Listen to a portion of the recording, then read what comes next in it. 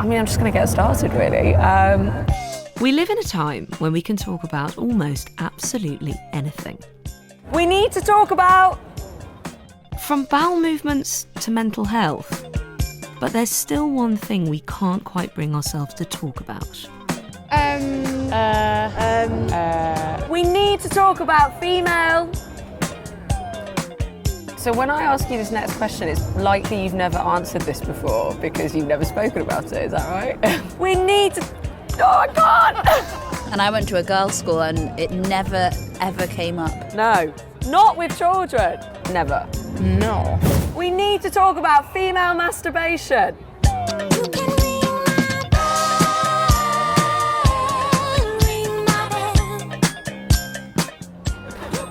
Done. She's changing from a child into an adult, and it's a little confusing at times. Aged 14, I was the first person to bring the subject up with my friends, and it went down pretty badly.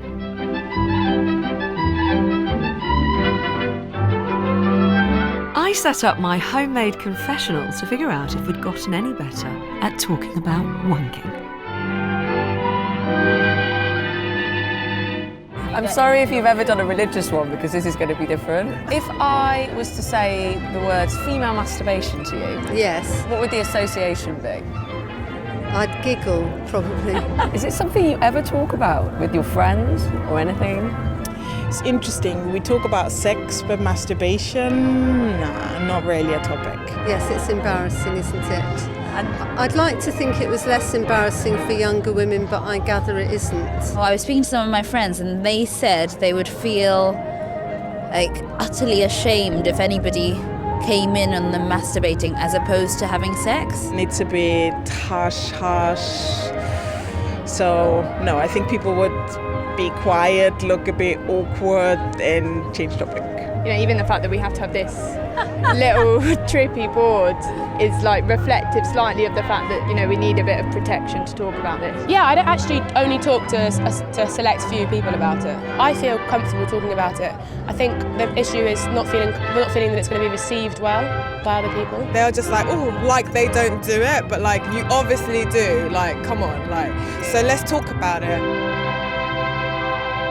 Caitlin Moran, let me start this then. I was going to say, you're a woman who talks about anything. The idea that you can just broach any subject and then talk about it, a lot of people would say that's a bit of your hallmark. The thing with masturbation is, first of all, that's a horrible word. I can't not pull a face on it saying, masturbation. It sounds so medical. It really sounds like a problem. It sounds like something mechanical. It's awful. But the reason I wrote about it so much is because when I was growing up, it was never talked about anywhere. So I was doing it a lot from the age of 13, but no one else seemed to be talking about it. So it got to the point where I was like, hang on, have I invented this?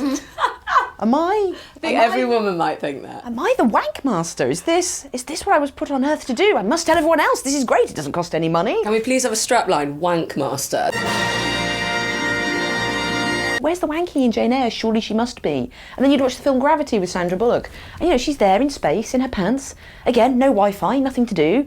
Surely she'd have a little fiddle to take the edge off, you know? She's like facing certain death. Why are we not reflecting this when there's a world where American Pie has a man masturbating into a pie and seen by his parents and everyone's like, oh, that's okay, because boys do masturbate. There's still a thing from men that they don't actually think women do it. Girls are just as ruled by their hormones as boys. And, you know, when I was a 14-year-old girl, I was roaming around and basically, you know, sort of my vagina was in charge of 90% of the time. It was kind of like the plant Audrey in Little Shop of Horrors, just kind of wandering around going, feed me, feed me. Still, I've got to say though, most people, even if they're really confident women, do well in life, won't talk about this. But that's not going to be the case in the future, mainly because talking about wanking is so funny. Then this is the great thing about culture. You want to change something, you don't argue whether it's right or wrong. You just make it cool. You just make it funny. You just have Amy Schumer talking about masturbation. It's just these little bits. You just make it funny. As soon as something's funny, you take the shame away from it. That's all well and good, Caitlin, but where does this shame come from? Time to get a white-haired male involved in this conversation.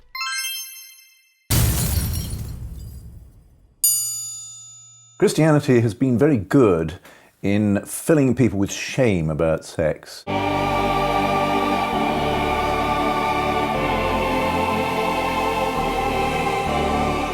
The origins of sin in the Christian race came about because of the woman.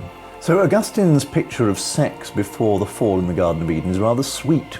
He said that Adam and Eve had perfect control of their genitals, so their sexual activity was calm and ordered. And then it all went wrong because Eve listened to the serpent, and the serpent said, "Eat of that tree that God has forbidden you to touch. Eat of the tree of knowledge." And so Eve went up to Adam and she seduced him by her beauty into eating of the tree of knowledge. So her sexuality was the root of sin, and that became a very distinctive Western idea. What has the Bible got to say about female masturbation? Nothing. It's got very little to say about masturbation at all. A few references in the New Testament, which are very difficult to pin down, and then a story in the Old Testament, the sin of Onan, and that's it. It's just not a subject which interested the writers of the Bible. So really, most of the discussion of this subject in Christianity is no more than 2 centuries old. So it's a modern phenomenon then? I'm off to see a woman about a book to find out where this stupid social conditioning really comes from. Da, da, da, da. I feel like this is spooky like Twilight Zone music. I feel like you've got a magic book. Well, in a way it was a magic book. It was a bad magic book. Bad magic. What we have here is onania, or the heinous sin of self-pollution, and all its frightful consequences in both sexes considered. Okay, and what does onania mean? Masturbation. Right.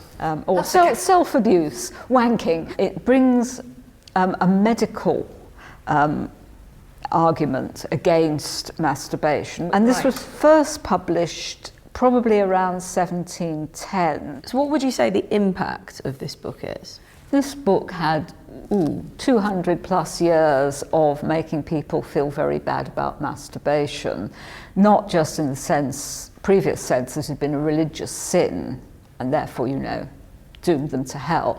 It brought about the idea that it was going to affect their health, and this goes on the idea that it's not just bad, self-indulgent or whatever, but that it's actually deleterious to health and well-being. And it starts off with it's very much about physical health.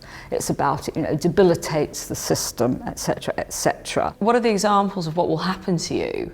Oh, there are all if you sorts of things that will happen, She finds that she has a swelling that thrusts out from her body as big and almost as hard and as long or longer than my thumb. Likeness and size of a human penis erect. In the 19th century, you get the rise of the idea that it actually drives people insane, and you get masturbatory insanity as a diagnostic category in lunatic asylums. But by the early to mid 20th century, it's seen not so much as bad for health in itself, but it's seen as psychologically bad for forming healthy relationships. God, I had no idea. I mean, you sort of hear people say things and you wonder where it all comes from. It all comes from this. But what's the scientific thinking nowadays? What do you want to know? I love myself. I want you to love me. For a long time, scientists, male scientists, were saying don't masturbate. But now, in our science, in sexology, it's very obvious. We say, please, to all women, do masturbate. It's healthy for your body and for your mind and for your sex life. So please, do it. So how regularly do you masturbate? I did yesterday. Good, solid. If I'm feeling really horny, then maybe 4 times a week. Maybe most days. I have not a regular pattern, in fact. Well, it's probably tailed off a bit. Could be for months, I don't do it, like 2 months, 3 months, and then maybe in a week, a lot of times. I used to masturbate a lot, I was a serial masturbator. Even in the same day. I could have masturbated 6, 7 times a day. It is a private thing, but it's not because it's a private thing that we should feel guilty about it and ashamed about it. We should open up, and that doesn't mean that we have to tell each other all our details. So why so much masturbation? What, are you telling me you never masturbate? Don't even ask. How dare you? It's difficult because masturbation, to us, it sounds very male.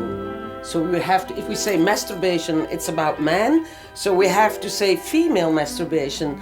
And that doesn't sound very sexy, does it? If you don't have a good word that is not medical, that is respectful, and that is clear to talk about masturbation, female masturbation, how can we talk about it? Maybe we should make like a contest to find a nice, sweet, but clear word for female masturbation. Let's talk about wanking! We're looking for a new name for female masturbation. Well, buff the muff, apparently, that's one. Having a fiddle. Flicking the bean. Let me just check in the internet.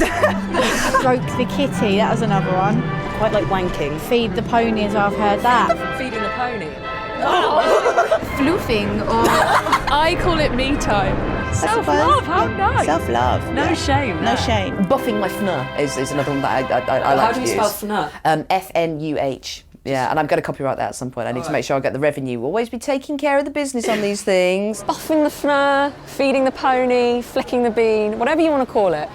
We're probably never going to shout about masturbating from the rooftops, but it is time for us women to stop feeling so ashamed. In all my conversations so far, the best expression I've heard of it is definitely self-love. So it's time to own it.